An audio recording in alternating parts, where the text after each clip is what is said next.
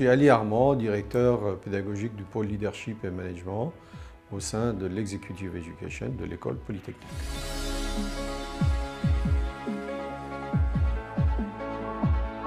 Nous avons conçu le parcours certifiant Change Management en faisant un certain nombre de constats. Le premier constat, c'est que les enquêtes le montrent, près de 70% des salariés en France, tous secteurs confondus, considèrent qu'ils ne sont pas associés dans la conception des projets de changement. Leurs préoccupations ne sont pas prises en compte, ni leurs craintes, ni leurs suggestions.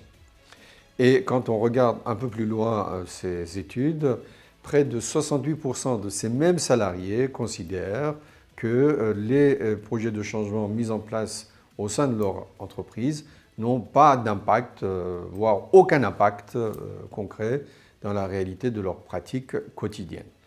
Un second constat, c'est le fait que nous avons observé que près de 90% des entreprises avaient des projets de transformation et de changement. Et ces projets de transformation et de changement n'étaient pas forcément accompagnés avec un dispositif qui soit un dispositif séquentiel et très pragmatique avec des outils qui sont immédiatement utilisables par les acteurs qui mettent en place les projets de changement.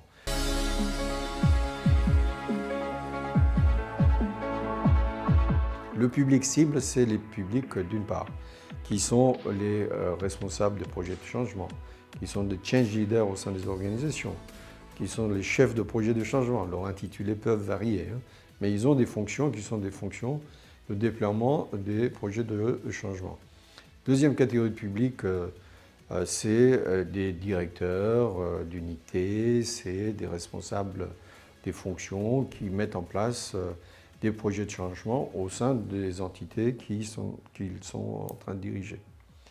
Et vous avez aussi une autre catégorie de public qui sont les consultants, dont le métier, c'est d'accompagner les gens qui veulent conduire des projets de changement dans la réalisation de leurs projets.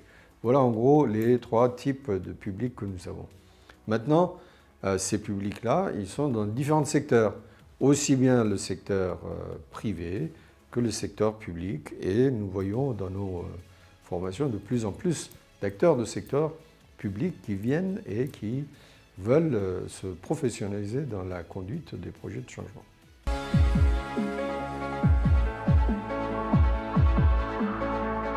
Notre programme certifiant a un certain nombre d'atouts majeurs. Son premier atout, c'est son côté extrêmement pragmatique. Quand on parle du pragmatisme, l'idée est la suivante. La personne rentre chez elle, dans son bureau. Dès le lendemain, elle doit concevoir un projet de changement. Elle fait comment? Elle doit se fixer un certain nombre de macro-objectifs. Elle s'y prend comment? Elle doit choisir une stratégie de déploiement des projets de changement. Elle s'y prend comment? Elle doit analyser la capacité de son organisation à changer. Elle s'y prend comment?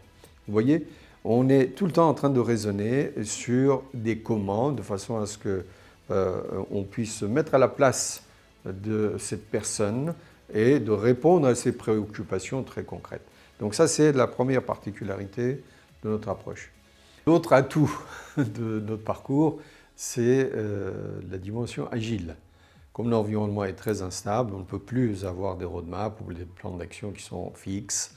Donc nous tentons d'expliquer à nos participants de quelle manière ils peuvent concevoir des plans d'action et des roadmaps de déploiement de leurs projets qui sont agiles et qui leur permettent de se réajuster en permanence à ce qui se passe dans leur environnement. Un autre atout de notre parcours, c'est un travail spécifique sur la posture de change leader. Il est très important de savoir si on a la posture qui convient. Et un change leader, c'est quelqu'un qui est capable de développer une intelligence contextuelle, qui est capable de faire preuve d'ouverture d'esprit, qui est capable de mobiliser les collectifs avec lesquels il travaille, et ainsi de suite.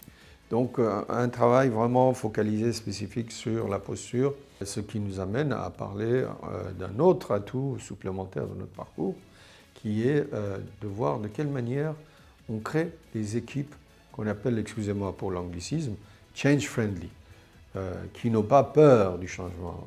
Et inutile de vous expliquer que le changement est très souvent générateur d'angoisse, de stress pour les collaborateurs.